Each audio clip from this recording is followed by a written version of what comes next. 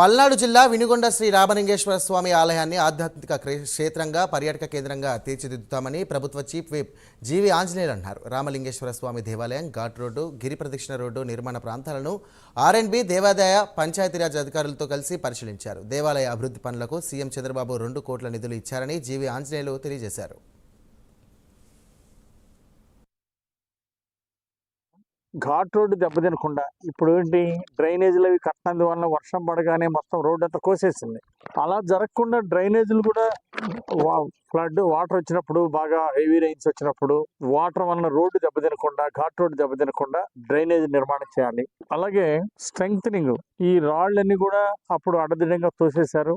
అవి అన్ని కూడా ఇంజనీర్లు అంటే దానివల్ల ప్రయాణికులకు కానీ ఇక్కడ ఎవరికి ఇబ్బంది లేకుండా చేయడానికి దాన్ని స్ట్రెంగ్థనింగ్ చేసి అవన్నీ కూడా మళ్ళీ ప్రజల మీద, వాహనాల మీద పడకుండా జాగ్రత్తలు చేయడానికి ఏం చేయాలో అది కూడా చేయమని చెప్పేసి, ప్రణాళిక చేయమని చెప్పేసి దానికి ఒక ప్లాన్ ఇవ్వాలని చెప్పి కోరడం జరిగింది. అట్లాగే కింద నుండి పైకి రావడానికి కొంతమంది పాదయాత్రగా వస్తారు. అలాంటి వాటికి ఎలక్ట్రిఫికేషన్, స్ట్రీట్ లైట్స్ వేయడం, ఎలక్ట్రిఫికేషన్ ఉంటే స్ట్రీట్ లైట్స్ వేస్తే నడిచి వచ్చే వాళ్ళకి కూడా ఇబ్బంది లేకుండా ఉంటుంది.